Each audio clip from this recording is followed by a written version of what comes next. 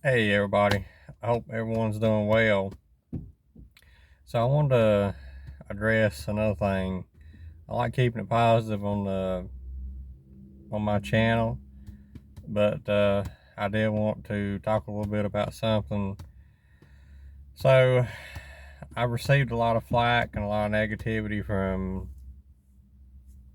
some of the multiple chemical sensitivity community on my GoFundMe page. I've had several people chime in. They don't understand my situation. I've heard numerous things like, why can't I work? And why can't I work at home? And this and that, and blah, blah, blah. And I'll be more than glad to answer that and go into it. Okay. So let me tell you a little bit about myself before we get started. I worked for a manufacturer for roughly 4.5 years. I worked a lot of overtime, just like any other hardworking American. Uh, I was I have a laboratory degree. Uh, I went to college for 4 years. I was a volunteer in the community in the bridge program for the college. I graduated 2016. I was a plus student. There was no jobs for it, and I went to manufacturing because I wanted to have things, I wanted to do things. I had big plans, big goals in life. And my father, he was diagnosed with brain, liver, and colon cancer. It's something that I don't talk a whole lot about on the chemical sensitivity page because it doesn't pertain to that. My mother's also had breast cancer right before that. So me and her was his primary caregiver. I was also caregiver for my now deceased grandmother. I bought my own new car when I was 22 years old. I paid every payment on it. I bought my first mobile home when I was 24. I had my car halfway paid for, and I was trying to buy a new mobile home, but that didn't work out, even though my credit score and stuff was good. I guess it was discrimination because of my age. Credit score was good, pay was good. So the home I had, I know it had, mold. So I've talked a lot about it on the page, and so I hadn't moved in it. So I was full-time caregiver. At one time, I was working full-time. I was a full-time student. So it was, and then I bought a home on top of it. I graduated 2016, so uh, that come off the load. And then when I bought my home, I started remodeling it to get the mold out, but I still was living with my parents. And to make sure that the mold had been removed and everything. So I started on the kitchen, and I started on uh, the dining room area and the middle bedroom. So by the time I was 24, I was not like other kids or anything. I'm not saying I'm, special privilege or, whatever that people owes me or anything like that. But just know when my health was good, I done everything I could do to stay in public service, public work. Um, I've been on a local TV commercial. You know, I've volunteered. I've, I had a cousin. I completely, pretty much redone his mobile home for no money. Um, my dad's cancer situation. I gave him all the shots, all that stuff. I went without basically a vacation for 5 years to make sure that he would have a means to get to his appointments and stuff. And my multiple chemical sensitivity journey started in December 2019. Really, it started in June 2019. That's when I first started noticing little sensitivities, but it gradually got worse. And it was full-blown MCS December of 2019. And so the situation is, people's like, why can't you work at home? Well, when I had my home redone and missed this, I gutted the first half, then I had contractors gut the second half and remove all the mold. And then I couldn't tolerate it because of the new lumbers and sheetrock paint and stuff. So the home I'd bought and I'd spent $20,000 on, it was just an old junky mobile home. I couldn't tolerate it, so I had to sell it at a terrible loss. So that was the first thing that I sold, and I lived off that for a while. I had a truck. I sold it and lived off that for a while. I tried finding employment. I tried finding work. I sought work. It was just so many roadblocks. I got a new, the whole story is long, but I got a rented lot. When I sold that mobile home, I got another rented lot, and that's where you'll see my van sitting at. And I bought a RV, and it's not worked because of my sensitivities. So I've been back staying with my grandmother's son on really cold nights. I bought the van. I don't know if it's going to work or anything. It was a $700 contractor's van recently. But back to the subject, the GoFundMe. Now that you know a little background about my life, the 24 years and the 5 rough years before my illness started. So, you know, I got mold sensitivity, I got Lyme, and I got the severe MCS. I still have my car. Luckily, I just paid it off before, about 2 months before I got sick, because I knew something was wrong. I just didn't know what it was or what I was reacting to. I didn't know that my work was basically poisoning me. No lawyers wants to touch it. I've been waiting on Social Security for over 2 years. I lost my home. I lost, basically I'm getting ready to lose the RV because I can't stay in it. So, you know, it's no use to me. It's the dead of winter trying to sell it. The snow's still on the ground. The van, I got outdoor sensitivities. It's got ventilation holes, so I don't even know if it's going to work. And people's like, why don't you, you know, work at home and everything? Well, there's a few issues with that. Is first, you got to have a home. Number 2 is it has to be wired in. They're not going to put internet to a van, even if it did work.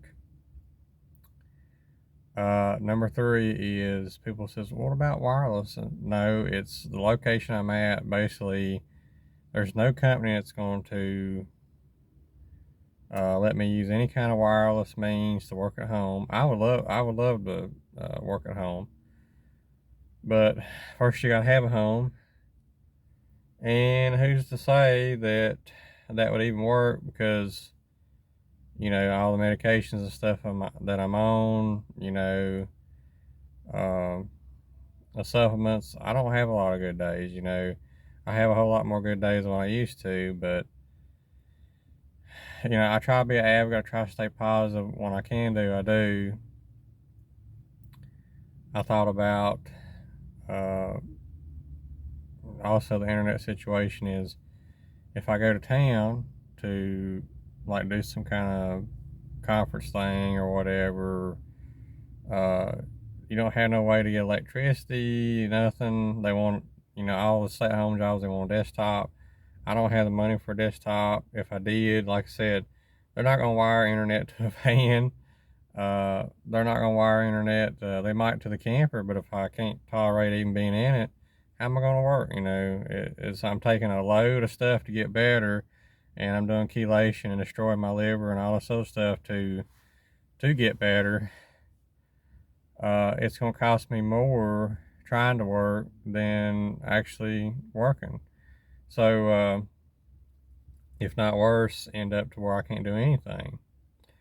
Um, Thought about car washes, like doing like a little car wash business, but how do you do a car wash business when you can't use any soaps, you can't use any cleaners, and your own chlorine water for the town? So that doesn't work. Also, the fact that um, another thing somebody suggested was what was it?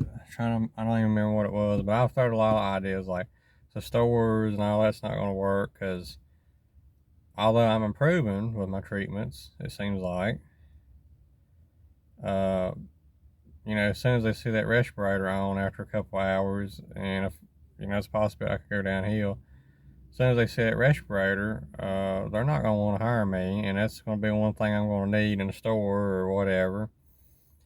Your skin's still going to absorb the chemicals, as sensitive as I am, and with this condition.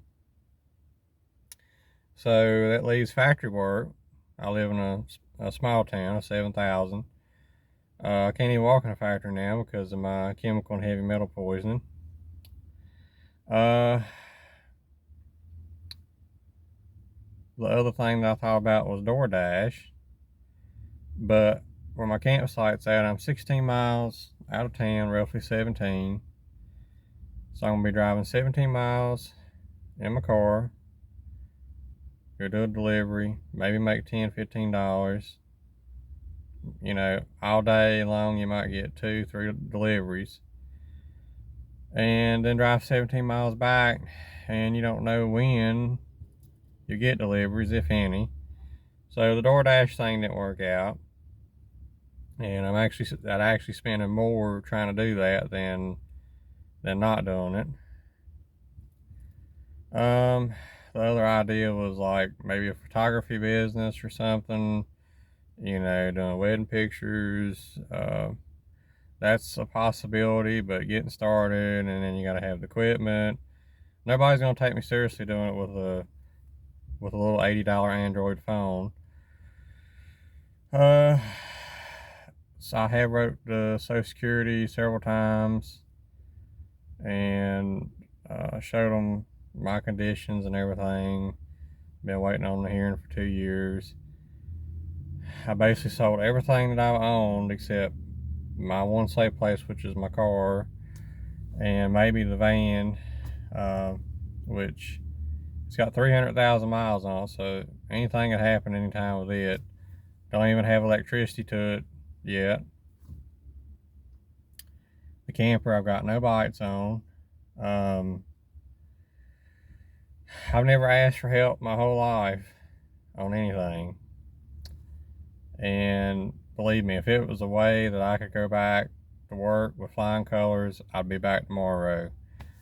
But it's just not a possibility because I'm taking Lyme treatment, I'm taking chelation, I'm doing all these different things. And the only reason I'm in remission is because my avoidance is so good, and I got my detox regimens kind of, aligned, and I feel like on the right track.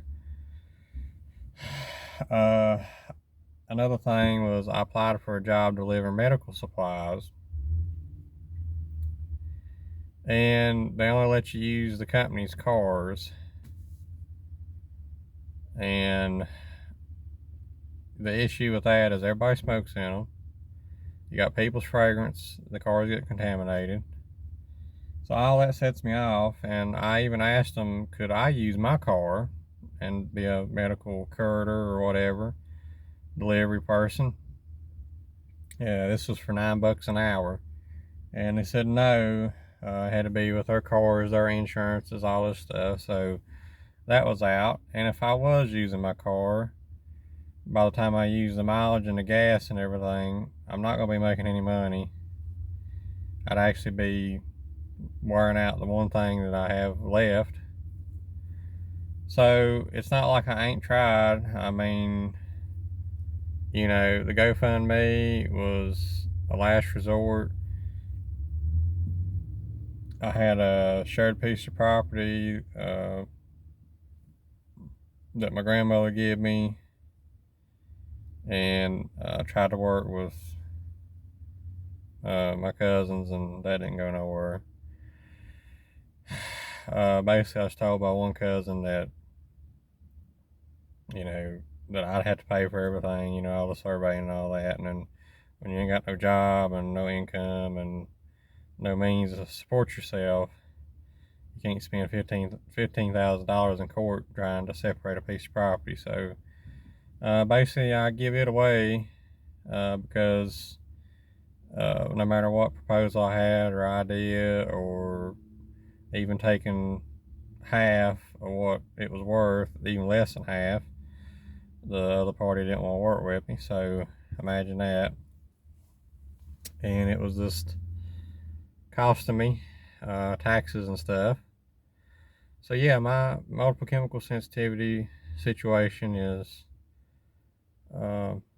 terrible, but I try to make the best of it. And I've looked for alternative or safe housing for better part of 2 years. Put 20,000 miles on my car looking. So I don't, you know, when I put the GoFundMe up, you don't have to give if you don't want to. It does help when people does, and God bless you the ones that did. I don't know why so many people get so offended and aggravated and just negative. You know, if it was a means to work, I would, but that's just not the case. And you know, they don't have to. They can keep scrolling. You know, some people's in a really good situation, and you know they can do it. I know I done it for years. You know, it may not be in the money, but it was helping people at work or giving rides, or so it's nothing wrong with asking for help. You know, it's nothing wrong. You know, I mean, especially when it comes down to you're gonna go hungry versus you know, doing without your supplements, because you got to have the supplements and stuff to do better. You know, I've done without. You know, there's days where I've eaten once, twice. You know, days that, you know, my stress and anxiety is so bad I didn't even want to eat because of just thinking about it. So for all the people that, you know, want to beat it down or whatever, just get that hatred out of your heart, because I ain't like I asked you to give, or this person, that person. The people that give, they wanted to, and I'm so thankful for them. And it's no point in knocking somebody else's journey, being negative about it. When you know, this is a last resort. You know, when you write letters to Social Security and you know, you've done everything you can do. The only thing you can do left is ask for help. But we got so many negative people out there that, you know, some of these people, you know, they're living in their little bubble, and you know they're comfortable, and they got their HEPA air purifier running, and they're just not. They've never, you know, they've never lived out of their car or anything, or you know, they just they don't understand it, they don't get it. And I know there's a lot of people sharing the same situation, but a lot of those people's not telling you they're drawing Social Security for mental defect. And I don't claim MCS as mental defect. I tell it like it is because it's mine was completely pretty much physical. Yeah, it does affect a person mentally, that's for sure, anxiety, stress, all that, but mine was 99% physical. Lungs and skin rashes and hair falling out and fluid retention. And I got thousands of pictures on my videos and group and all that, and other groups I've shared. And a lot of the ones on there, they don't even have a quarter of the medical stuff that I have. I work fine for as long as I could hold a shovel and do. I work fine, with 20 years of asthma and 13 different food allergies, carrying EpiPen, loading up on antihistamines. I worked in the worst environments for stuff like that. And when MCS hit, and the amount of sensitivity that I got, it just made it impossible to work. And if it was a way I could figure out around it, I would, but there's just nothing I can do until I keep improving. And if I go back too soon, it might ruin what I have worked for, because I went from almost not being able to get up out of the floor to at least being able to go to a grocery store and get my food and go back in. And but this comes along with temperature sensitivity. I get too cold, I get short of breath. I get too hot, I get short of breath. It's several different things. And mast cell patients relate, but I've got my diagnosis and all that. But the hate and stuff don't bother me. I'm gonna keep doing my thing. I'm not gonna let it get me down. Some people just don't like to see other people survive or do well. And there's a lot of people on the sites. They're telling you, try this, try this, try that, and they get you to buy it. And oh yeah, before you start it, by the way, get the book, and then they make money off the book. And really, it's a load of baloney, because it's the healing is multiple different things. It's not one thing. It's not a magic pill. It's not a magic cure. It's multiple things. That helps this condition. So it really disappoints me when I see it going on time after time after time, when they get on the groups and they're like, "Oh, you gotta get this brand, a nano zeolite," and it's baloney, because they make money off selling that stuff. And anytime it's referral link involved, it's just trash. It's not saying that it won't help somebody, but it's just my group. You won't find no referral links. You won't find any of that. What I tell you is what's helped me, and that's pretty much all I got. But have a good one.